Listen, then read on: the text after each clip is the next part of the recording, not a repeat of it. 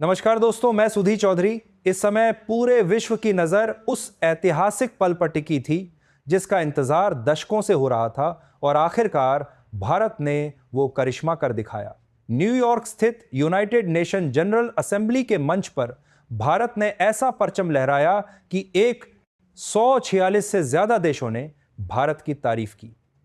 यह सिर्फ कोई सामान्य वोटिंग नहीं थी, बल्कि भारत के वैश्विक इतिहास का वह सुनहरा अध्याय है जो आने वाले समय में पूरी दुनिया की राजनीति और ताकत का समीकरण बदल देगा।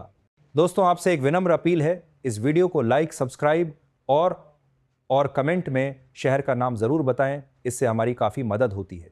आइए आगे बढ़ते हैं। सोचिए, जब 193 देशों में से 146 देश भारत के पक्ष में खड़े हो तो उस हॉल का माहौल कैसा होगा। चारों तरफ भारत की कूटनीति की गूंज, भारतीय नेतृत्व की ताकत और भारत का गौरव हर कोने में महसूस किया जा रहा था। यह वह पल था जिसने हर भारतीय का सीना गर्व से चौड़ा कर दिया। दोस्तों, भारत ने अब यूएसएससी में स्थायी सदस्यता और वीटो पावर के लिए पेश हुआ बिल भारी बहुमत से पास करा दिया है। और सबसे चौंकाने वाली बात, जो देश हमेशा भारत का विरोध करते थे, वही आज भारत के समर्थन में खड़े दिखे। लेकिन यह जीत सिर्फ वोटिंग तक सीमित नहीं थी। असली खेल तब शुरू हुआ जब भारत के विदेश मंत्री डॉक्टर एस जयशंकर और भारतीय प्रतिनिधियों ने संयुक्त राष्ट्र के मंच पर भाषण दिया। उन्होंने पूरी दुनिया को स्पष्ट संदेश दिया कि भारत केवल अपने लिए नहीं, बल्कि अफ्रीका, एशिया और विकासशील देशों की आवाज है। यही भारत की असली ताकत है। यूरोपियन यूनियन, ऑस्ट्रेलिया, अफ्रीका और साउथ अमेरिका, हर कोई भारत के समर्थन में खड़ा हो गया। यह दृश्य किसी फिल्मी सीन से कम नहीं था, लेकिन हर कहानी में विरोधी भी होते हैं। यहां भी वही हुआ। तुर्की और सऊदी अरब ने विरोध जताया, मगर उनकी आवाज इतनी कमजोर थी कि कोई सुनने वाला नहीं था। तुर्की के प्रतिनिधि गुस्से में बिल की कॉपी फाड़ने और टेबल थपथपाने तक पहुंचे, लेकिन पूरा हॉल भारत के समर्थन में तालियों की गड़गड़ाहट से गूंज रहा था। वहीं सऊदी अरब भी चुपचाप बैठा रहा। और दोस्तों, इस पूरे खेल का सबसे बड़ा सरप्राइज चीन, वही चीन जो दशकों से भारत का विरोध करता रहा, इस बार भारत के पक्ष में खड़ा हुआ। उसने साफ कहा, भारत एशिया की आवाज है और भारत के बिना संयुक्त राष्ट्र अधूरा है। सोचिए, अगर भारत का विरोध करने वाला चीन आज समर्थन में खड़ा हो जाए तो दुनिया की राजनीति कितनी बदल जाएगी। यही वह पल था जिसने इतिहास को नई दिशा दी। तो चलिए समझते हैं कि वीटो पावर भारत को मिलने और इससे जुड़ी कौन कौन सी नई अपडेट सामने आ रही है। लेकिन आगे बढ़ने से पहले इस वीडियो को लाइक करके चैनल को सब्सक्राइब जरूर करें। दोस्तों, अब हम सीधे इस ऐतिहासिक जीत के मायनों में उतरते हैं। सबसे पहले बात करते हैं वीटो पावर की। वीटो पावर का मतलब होता है कि यदि कोई स्थायी सदस्य किसी प्रस्ताव के खिलाफ वोट करता है तो वह प्रस्ताव पास नहीं हो सकता। यानी ये दुनिया की राजनीति में सबसे बड़ा अधिकार और ताकत है।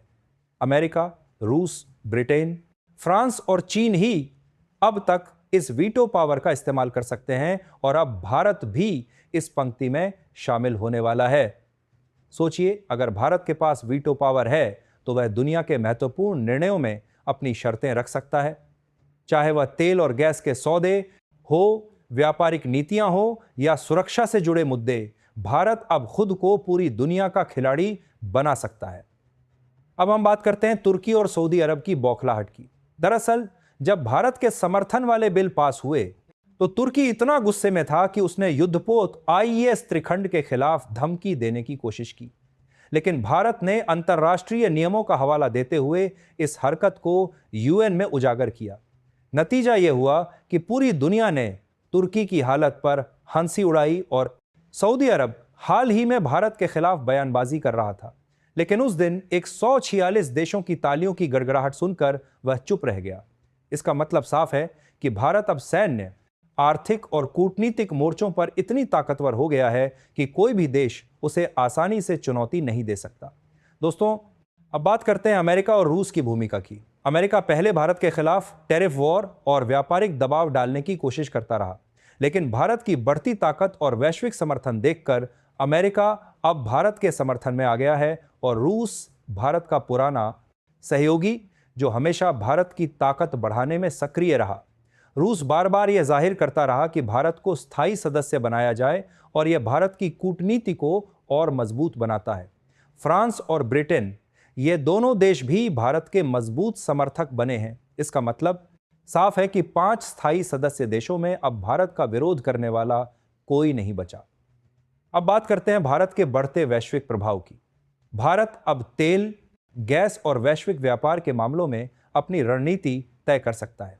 उदाहरण के तौर पर हाल ही में भारत ने सऊदी अरब के खिलाफ एक बिल पास कराया था जिसमें उसे कुछ प्रतिबंधों के लिए मजबूर किया गया। 128 देशों ने इस बिल का समर्थन किया और अगर यह बिल लागू हो जाता है तो सऊदी अरब की आर्थिक ताकत को बड़ा झटका लगेगा।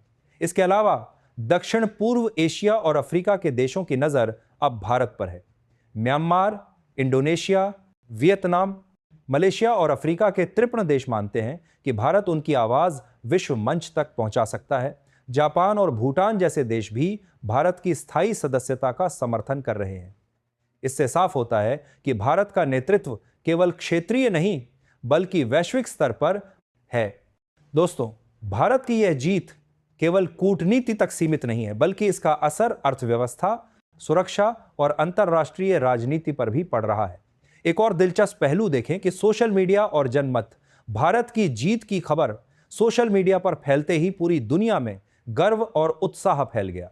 लोग भारतीय नेतृत्व और कूटनीति की तारीफ कर रहे हैं और ये साबित करता है कि भारत अब सिर्फ राजनीतिक नहीं बल्कि वैश्विक चेतना का केंद्र बन रहा है। प्रधानमंत्री नरेंद्र मोदी मानते हैं कि यह जीत 140 करोड़ भारतीयों की जीत है।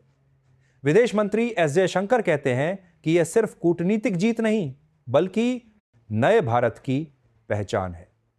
और अब सबसे बड़ा सवाल आगे क्या होगा? तो देखिए, यह बिल 5 स्थायी सदस्य देशों के पास जाएगा।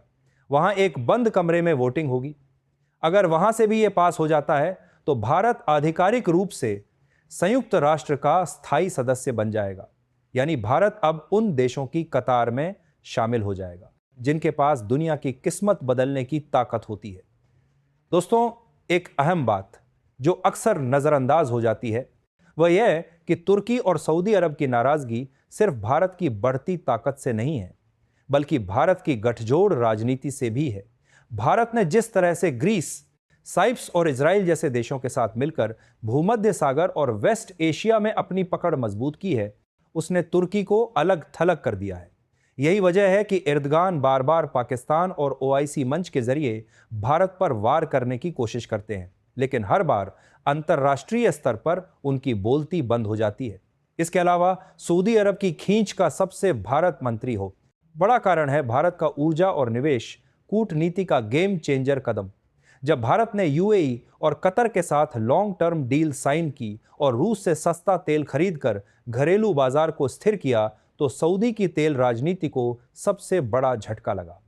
बाकी आपको क्या लगता है कि इस बार भारत को वीटो पावर मिल जाएगी या नहीं? अपनी राय कमेंट बॉक्स में जरूर बताएं और इस वीडियो को एक लाइक करें और अपने मित्रों तक शेयर जरूर करें ताकि उन्हें भी जानकारी मिल सके। इसी तरह और भी नॉलेजेबल वीडियोस देखने के लिए चैनल को सब्सक्राइब करके बेल आइकन को ऑल पर जरूर सेलेक्ट करें। जय श्री राम।